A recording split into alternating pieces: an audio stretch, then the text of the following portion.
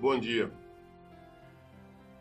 Hoje nós vamos meditar na carta, capítulo único da segunda carta de João.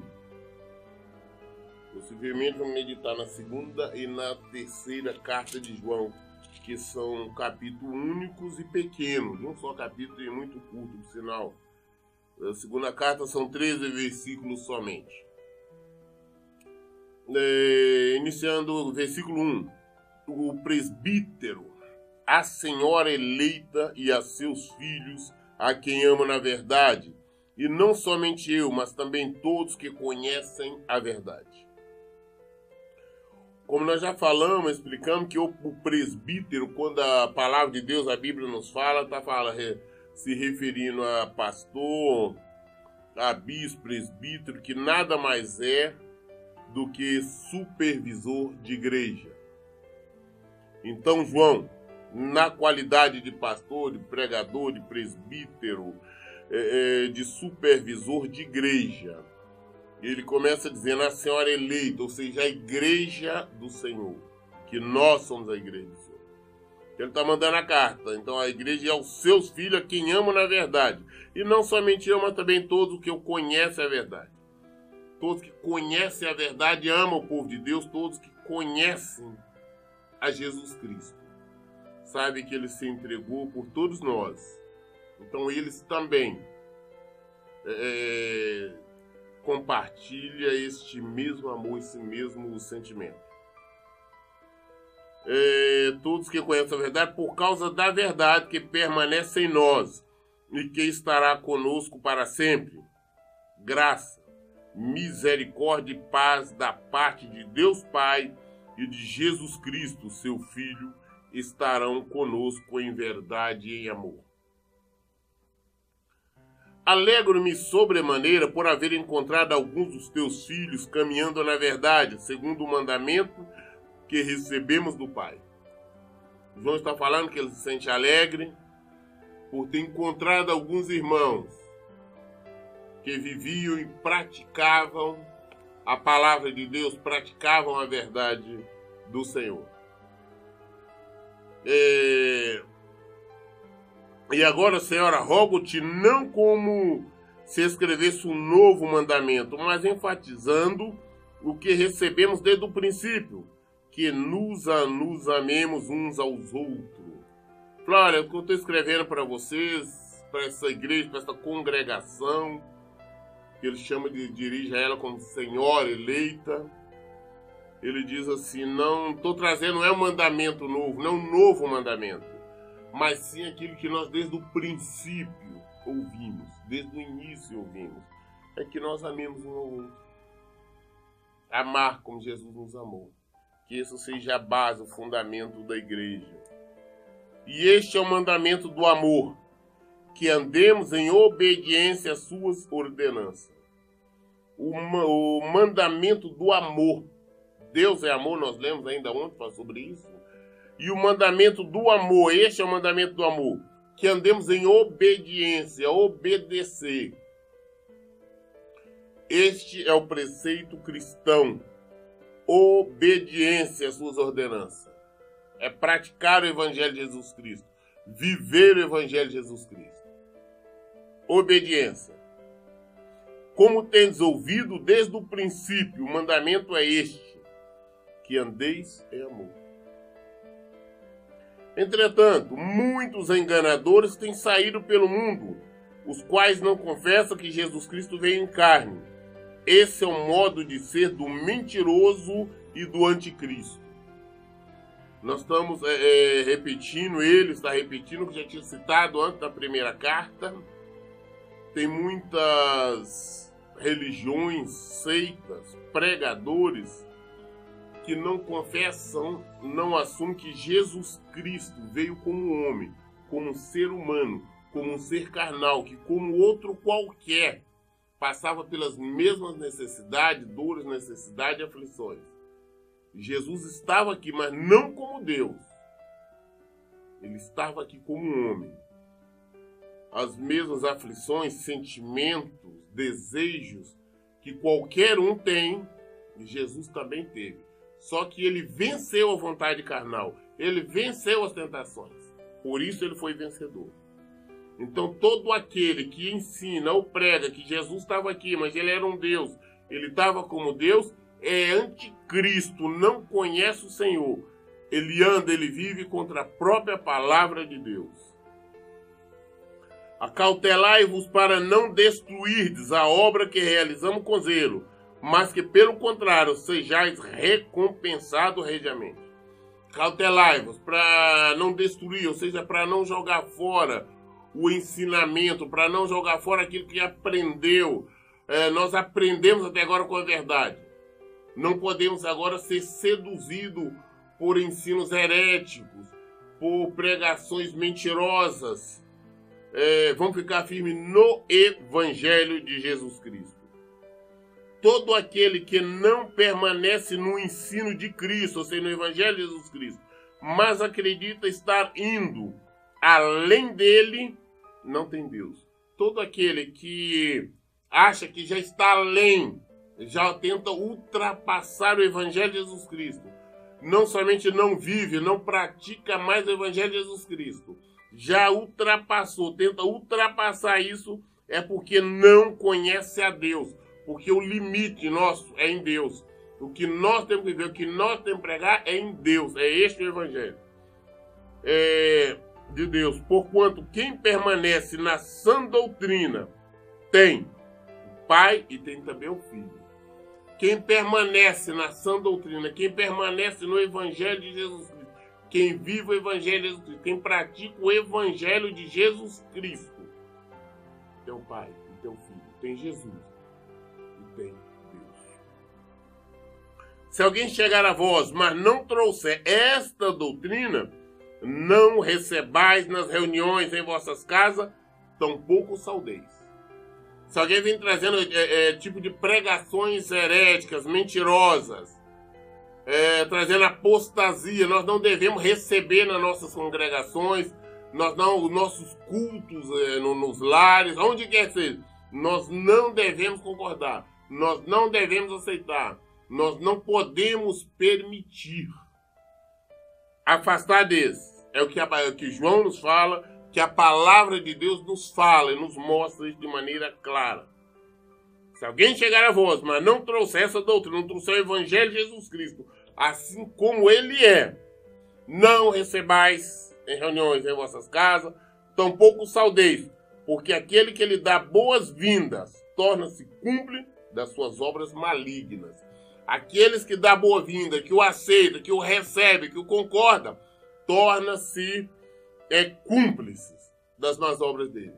Então vamos tomar cuidado com essas pregações. Tem muita gente hoje frequentando uma série de templos. Ah não, porque eu gosto do louvor e não gosto disso, daquilo. Está participando, está sendo cúmplice das más obras desses pregadores mentirosos, pregadores mercantilistas, os criadores de campanha, os criadores das facilidades. Quem está aceitando, concordando, frequentando esses templos, está se tornando cúmplice das más obras deles. Ainda tenho muito que vos dizer, mas não é o meu propósito fazê-lo apenas com papel e tinta. Em vez disso, almejo visitar-vos e falar convosco face a face, a fim de que a nossa alegria seja completa. Os filhos da tua irmã Eleiton te salvam. João está falando que tinha muita coisa para falar, mas preferia falar pessoalmente, não por carta. Ele encerra aqui agora, nós encerramos a segunda carta de João.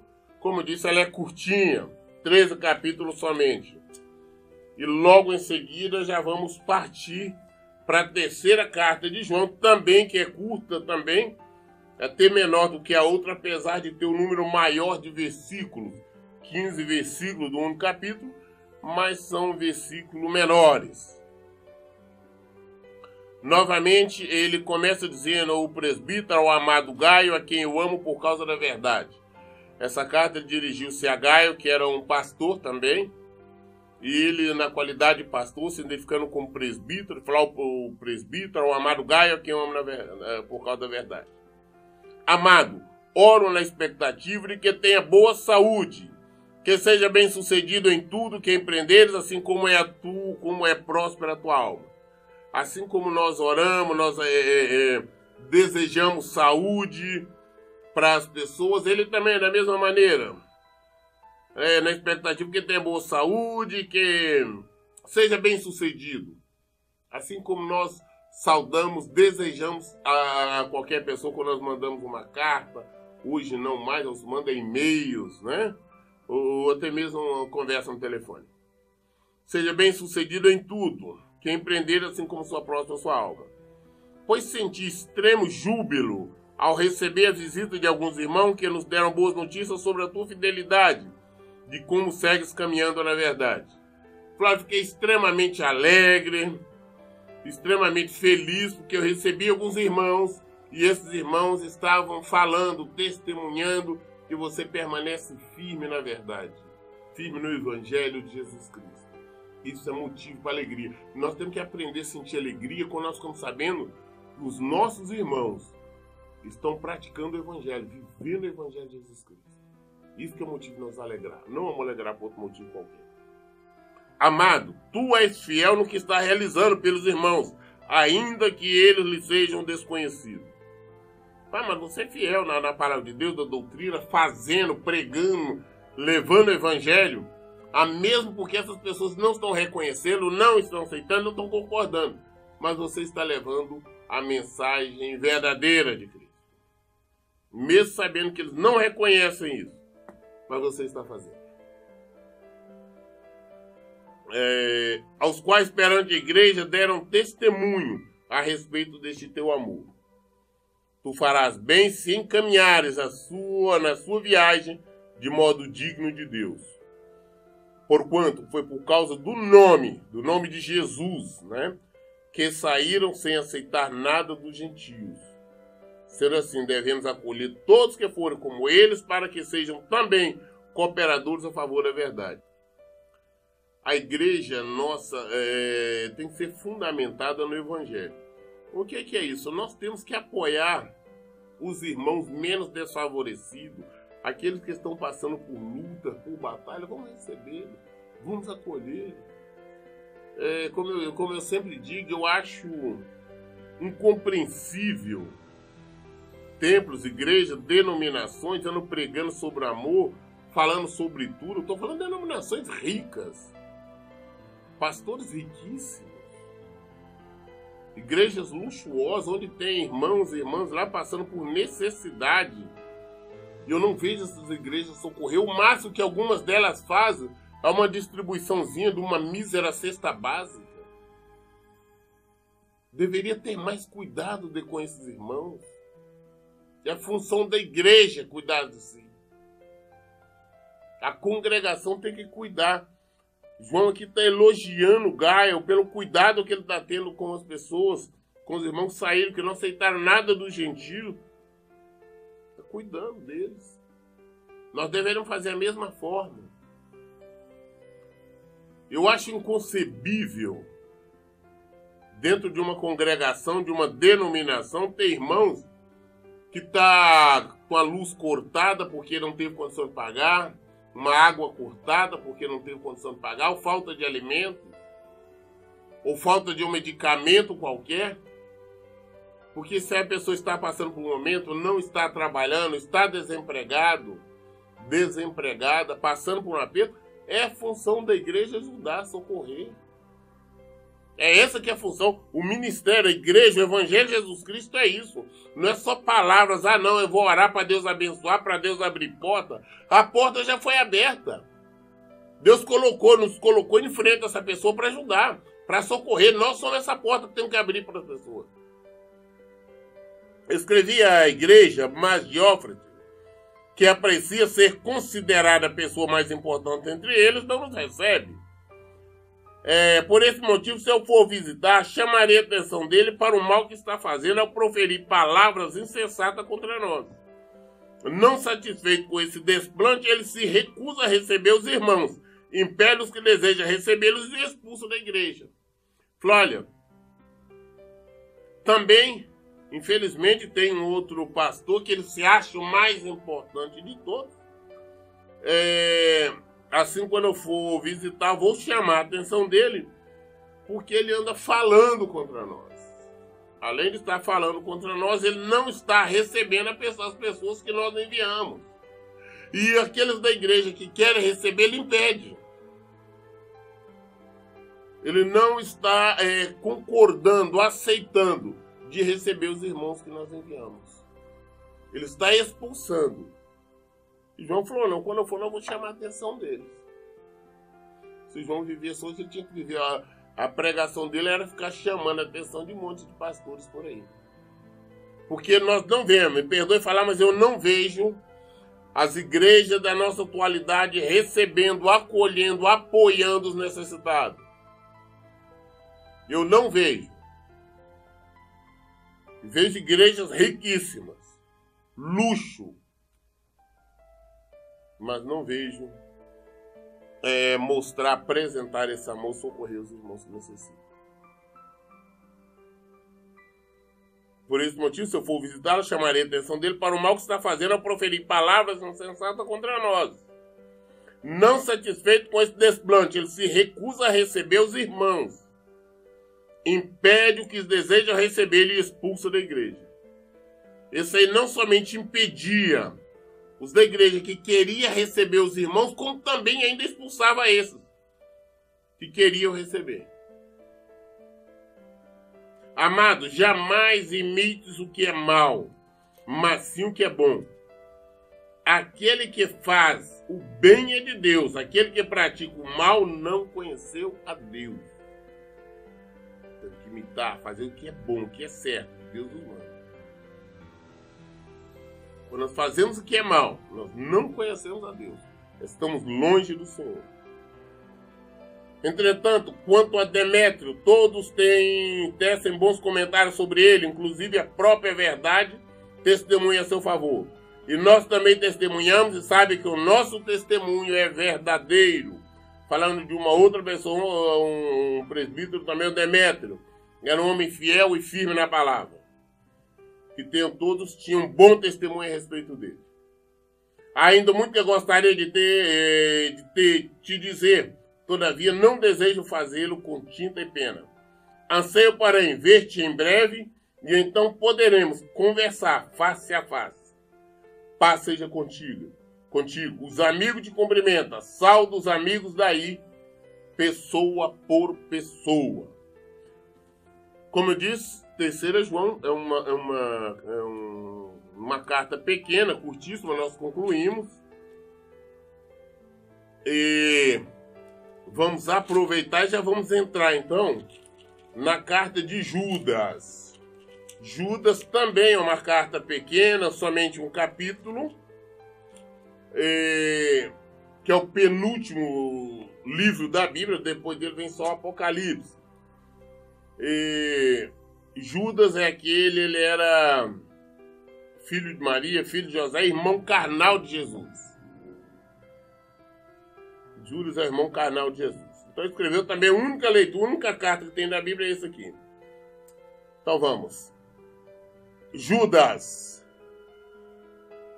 versículo 1. Judas, servo de Jesus Cristo, irmão de Tiago, aos que foram convocados, amado por Deus, o Pai, e preservado na fé em Jesus Cristo. Misericórdia, paz e amor vos sejam multiplicados.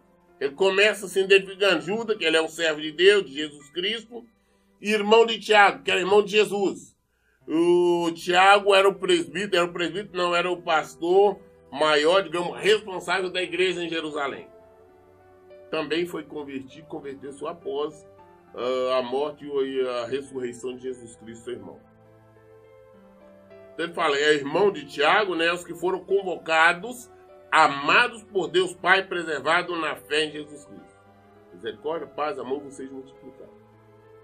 Amados, enquanto me preparava com grande expectativa para vos escrever acerca da salvação que compartilhamos, senti que era necessário, antes de tudo, encorajar-vos a batalhar dedicadamente pela fé, confiada ao santo de uma vez por todas.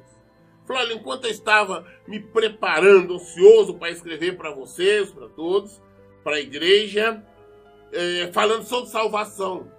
O que está proposto, que a promessa do Senhor é salvação, não é outra coisa não. É salvação, é vida eterna.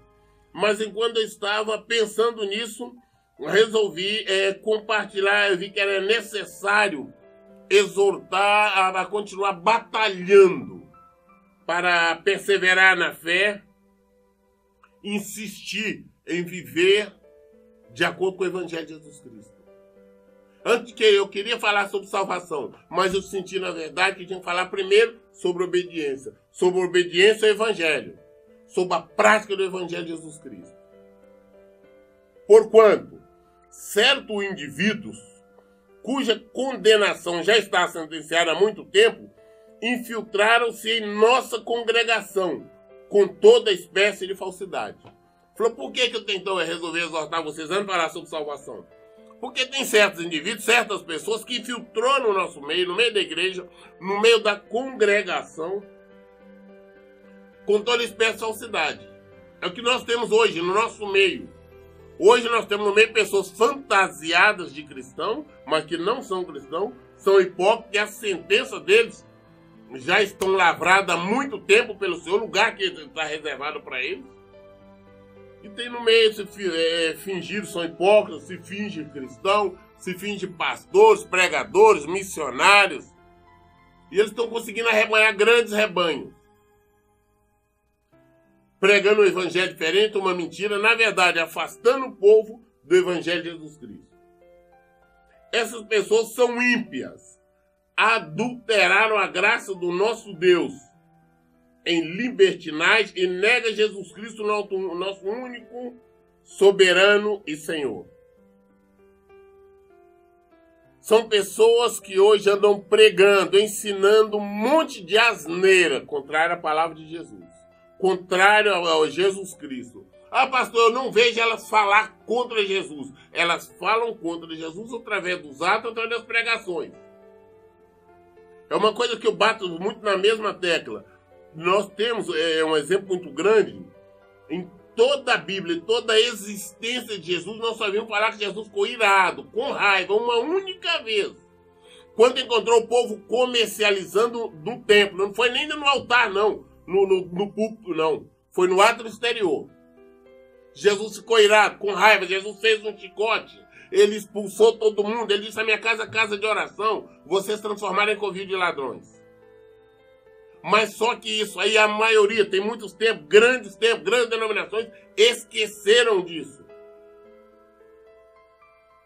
E transformaram seus templos no maior comércio aberto. Conclusão, estão indo contra Jesus, estão falando contra Jesus, estão ignorando o que ele diz. Assim também quando defende o adultério, quando defende o divórcio, quando defende a fornicação, a mentira, a desonestidade, quando estão nos altares mentindo. E por aí afora vai. Estão falando contra o próprio Jesus Cristo. São esses, os libertinos. Falam contra Jesus. São esses, que todo mundo fala, não, é pastor fulano, é missionário, é apóstolo, isso é aquilo. Então tomar cuidado com isso.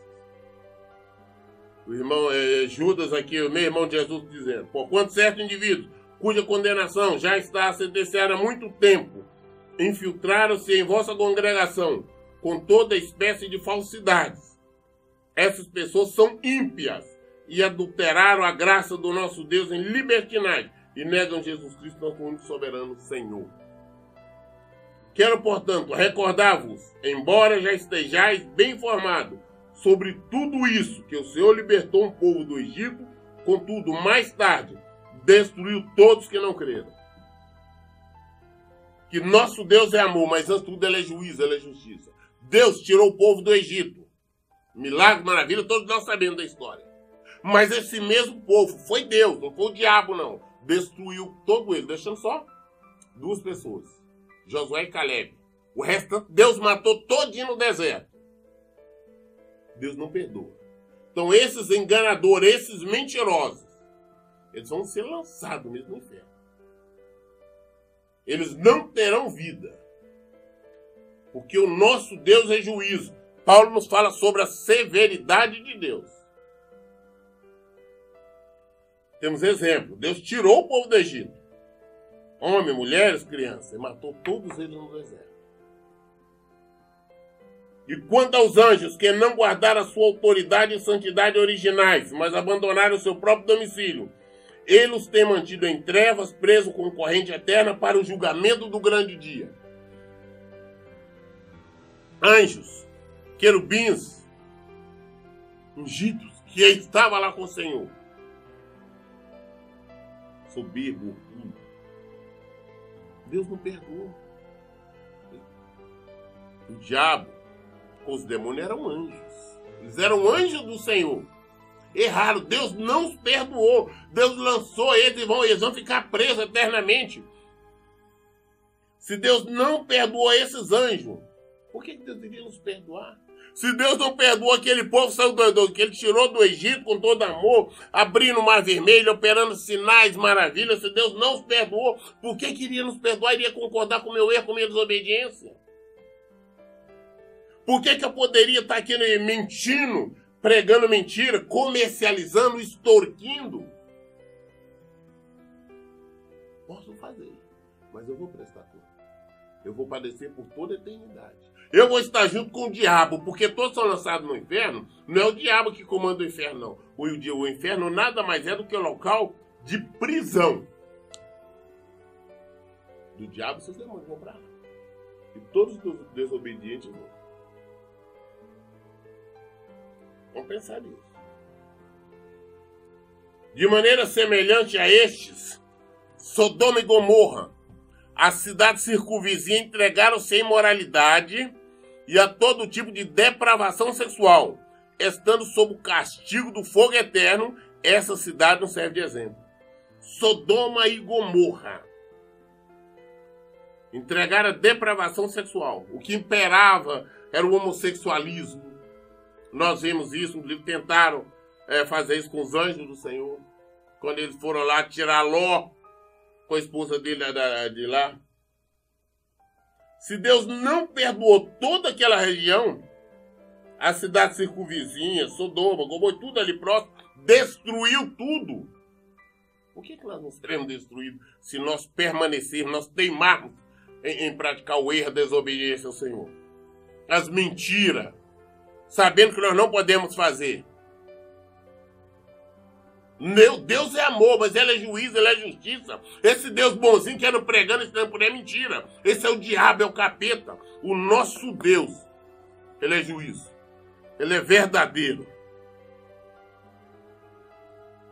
Ora, da mesma forma como alucinados e inconsequentes, não apenas contaminam o próprio corpo, mas rejeitam toda a autoridade instituída e caluniam os seres celestiais.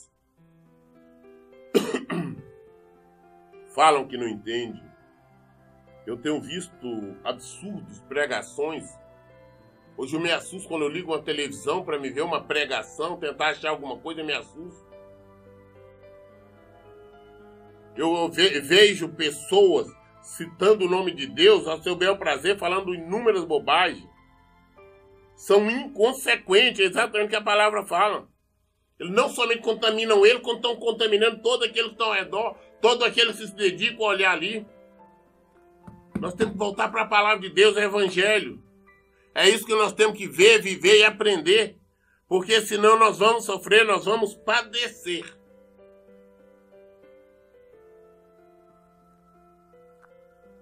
Ora, esse da mesma forma como alucinados, inconsequentes, não apenas contaminam o próprio corpo, mas rejeitam toda a autoridade instituída e caluniam os seres celestiais.